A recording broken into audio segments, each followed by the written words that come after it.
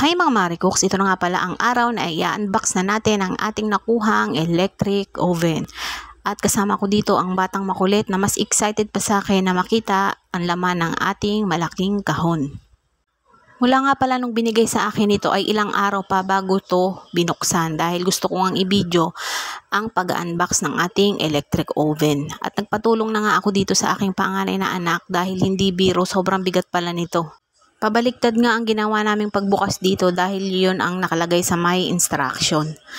At nung babaliktad rin na nga ay pahirapan pa rin dahil sobrang bigat nga talaga nito. Bukod nga sa mabigat ay malaki rin ang ating nakuhang electric oven. 45 liters nga pala ang sukat nito. Tamang-tama ito kung magbe-bake tayo ng cake, cookies at ng mga tinapay na pwede lang din naman i-bake dito sa loob ng bahay. Ito nga pala yung mga function niya. Meron siyang timer, 6 stages ng switch function, may temperature control, may inner lamp at convection function. Meron din siyang kasamang mga accessories na magagamit mo kung nag-uumpisa ka pa lang at wala ka pang mga gamit sa pagbe-bake.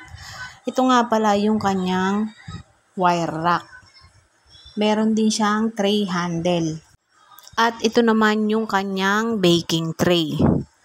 Bago nga pala matapos ang video na to ay nagpapasalamat po ako sa nag-sponsor nitong aming electric oven at hand mixer. Ito po ay galing kay Congressman Martin G. Romualdez. Siya nga pala ang sponsor ng lahat ng oven na nakuha namin dito sa may TESDA. Maraming salamat po.